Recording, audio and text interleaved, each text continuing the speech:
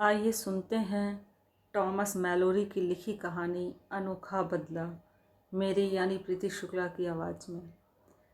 बहुत पुरानी बात है। इंग्लैंड की महारानी गैनेवर ने अपने यहाँ एक पार्टी दी जिसमें देश के 20 बड़े योद्धाओं को बुलाया गया। इन योद्धाओं में बोर्स, गैवेन, पैट्रिस, मादौर आदि प्रमुख थे। गैवेन को फलों का बहुत शौक था। वह दोपहर के भोजन में, शाम के भोजन में और जब कभी किसी पार्टी में जाता था तो फल बहुत खाता था। उसके सब दोस्तों को इस बात का पता था, इसीलिए वे जब भी कभी उसे अपने यहाँ खाने पर बुलाते तो भोजन के साथ फलों का इंतज़ाम ज़रूर करते। रानी गेनेवर को भी गैवन के इस शौक का पता था, इसीलिए उसने भोजन में अन्य चीज़ों के अलावा सब तरह के फलों का इंतजाम भी कर रखा था। पार्टी में शामिल पिनेल नाम का एक योद्धा गैवन से नफरत करता था। वह गैवन को मार डालना चाहता था, इसीलिए उसने कुछ सेबों में जहर मिला दिया। उन जहरीले सेबों में एक सेब पैट्रिस ने खा लिया। पैट्रिस का चचेरा भाई मादौर भी पार्टी में था। सेब खाते ही पैट्रिस को उल्टी हो गई और वह ज़मीन पर गिर पड़ा। थोड़ी देर बाद उसकी मृत्यु हो गई। यह देखकर वहाँ इकट्ठे हुए सारे योद्धा हैरान रह गए। उन्होंने सोचा कि रानी ने यह पार्टी दी है, इसीलिए उसी ने सेबों में जहर मिलाया होगा। वे सब रानी को बुरा भला कहने लगे। मादौर को सबसे ज़्यादा गुस्सा आया। वह बोला, रानी साहिबा, मैंने अपना जवान भाई खोया है, मैं इसका बदला ज़रूर लूँगा। रानी भौचक्की सी होकर वहाँ खड़ी थी। उसकी समझ में नहीं आ रहा था कि यह क्या हो गया। परेशान होकर वह ज़ोर ज़ोर से रोने लगी।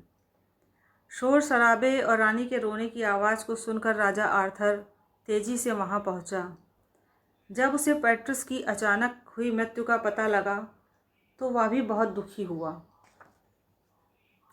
फिर मादौर ने राजा से प्रार्थना की कि वह उसके साथ न्याय करे और उसके भाई के हत्यारे को कड़ी से कड़ी सज़ा दे। उन दिनों इंग्लैंड में यह प्रथा थी कि जब किसी की हत्या हो जाती थी तो हत्यारे की तरफ का कोई योद्धा मरने वाले की तरफ के किसी योद्धा से लड़ता था। अगर लड़ाई में हत्यारे की तरफ का योद्धा जीत जाता था तो हत्यारे की सज़ा माफ़ कर दी जाती थी, वरना उसे जिंदा जला दिया जाता था।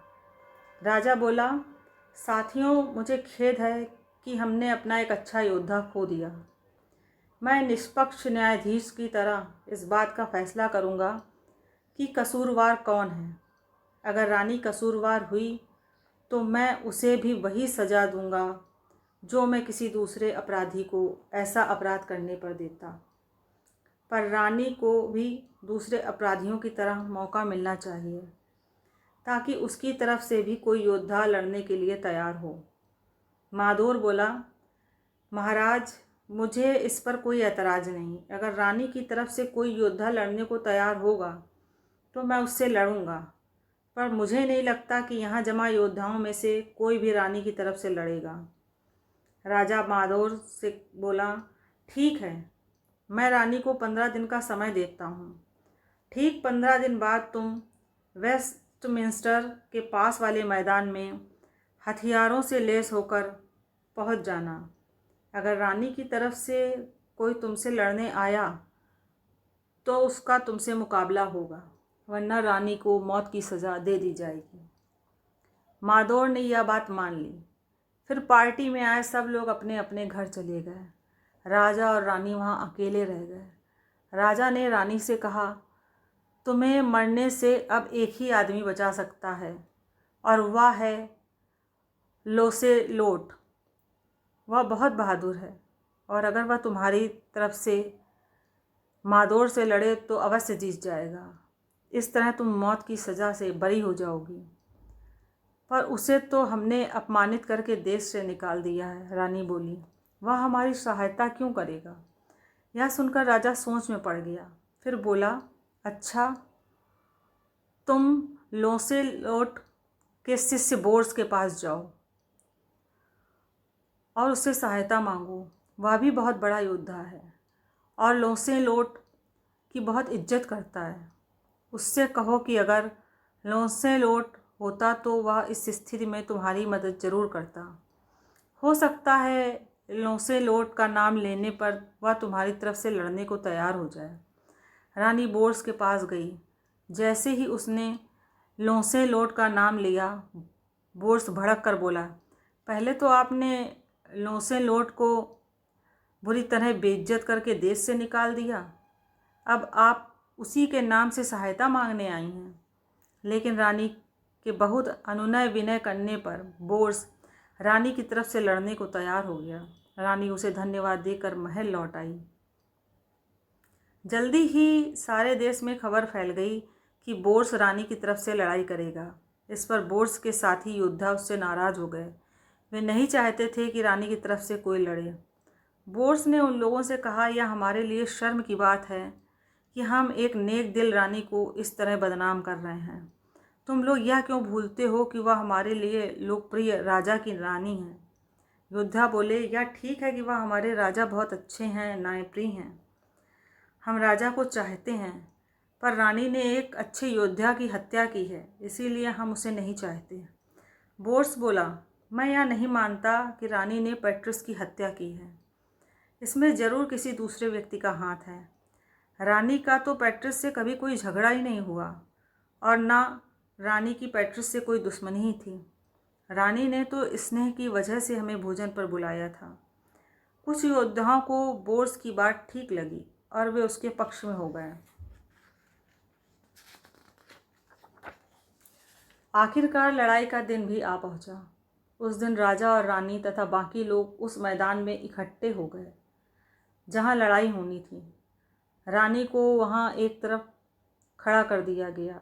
उससे थोड़ी ही दूर पर लोहे के एक खंभे के पास आग जलाई गई ताकि अगर लड़ाई में मादोर जीत जाए तो रानी को जलाकर तुरंत मौत के घाट उतार दिया जाए। तभी वहां मादोर घोड़े पर सवार होकर आ पहुंचा। उसने राजा के सामने शपथ ली, वह अपने हाथों की ताकत से यह साबित कर देगा कि रानी कसूरवार है। थोड़ी देर बाद बोर्स भी वहां पहुंच गया। उसने राजा के सामने शपथ ली कि वह अपने हाथों की ताकत से रानी को बेकसूर साबित कर देगा। फिर जैसे ही दोनों अपने अपने घोड़े पर बैठकर लड़ाई के लिए तैयार हुए, तभी वहां सफ़ेद घोड़े पर सवार एक व्यक्ति तेजी से आ पहुंचा। उसने घोड़े से उतरकर राजा को प्रणाम किया और बोला, महाराज, रानी साहिबा की तरफ से मैं लड़ूंगा। राजा ने बोर्स की तरफ देखा। बोर्स बोला, महाराज, मैं लड़ाई से अपना नाम वापस लेता हूँ। आप कृपा करके इस योद्धा को मादोर से लड़ने की इजाज़त दे दें। राजा उस अजनबी घुड़सवार को रानी की तरफ से लड़ने की इजाज़त दे दें। वह अजनबी योद्धा घोड़े में बैठकर मादोर से लड़ने लगा। दोनों अपनी अपनी तलवारों से एक दूसरे पर वार करने लगे। अचानक उस अजनबी योद्धा के वार से मादोर घोड़े से गिर पड़ा। यह देखकर वह अजनबी योद्धा भी अपने घोड़े से उतर गया और वे दोनों पैदल ही लड़ने लगे। तभी मादोर ने अपनी तलवार उस अजनबी योद्धा की जांघ में घुसा दी। उस अजनबी योद्धा की जांघ से खून निकलने लगा। अपने शरीर से खून निकलते देख वह अजनबी योद्धा घायल शेर की तरह मादोर पर झपटा। फिर उसने मादोर पर ताबड़तोड़ कई हमले किए। मादोर जमीन पर गिर गया। उस अजनबी योद्धा ने मादोर की गर्दन पर तलवार की नोक रख दी। मादोर उससे क्षमा मांगने लगा। तब वह अजनबी योद्धा बोला, मैं एक शर्त पर तुम्हारी जान बख्श सकता हूँ कि तुम रानी को अपने भाई की हत्या के इल्ज़ाम से बरी कर दो। मादोर बोला, मुझे यह शर्त मंजूर है। मैं रानी को पैट्रिस की हत्या के आरोप से बरी करता हूँ। यह सुनते ही उस अजनबी योद्धा ने मादोर की गर्दन से तलवार हटा ली। राजा और रानी उस अजनबी योद्धा के पास आए और उसकी बहादुरी की प्रशंसा करने लगे। फिर राजा बोला, अजनबी योद्धा, आपने रानी की तरफ से लड़कर और उसकी जान बचाकर हम पर बहुत बड़ा एहसान किया है। हम दोनों आपके बहुत आभारी हैं, पर हम आपके बारे में जानना चाहते हैं।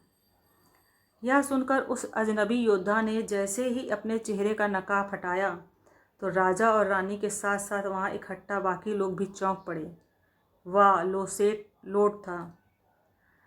लोसेलोट ने झुककर राजा और रानी को प्रणाम किया, फिर बोला, महाराज, जब मुझे बोर्स से पता लगा कि रानी साहिबा मुसीबत में हैं, तभी मैं पिछली सारी बातें भुलाकर उनके लिए लड़ने को तैयार हो गया था, क्योंकि मैं यह जानता हूँ कि मुसीबत में पड़े लोगों की सहायता करना ही बहादुरों का कर्तव्य है।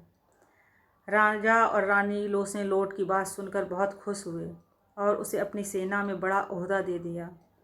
बाद में जब राजा को पता लगा कि पिनेल नाम के योद्धा ने सेबों में जहर मिला दिया था, तो उसे बहुत दुख हुआ कि पिनेल की वजह से एक योद्धा की जान तो गई ही, साथ ही बहुत से लोगों को परेशान भी होना पड़ा। उसने पिनेल को मृत्युदंड दिया। इस प्रकार रानी के माथे पर लगा हत्या का कलंक मिट गया।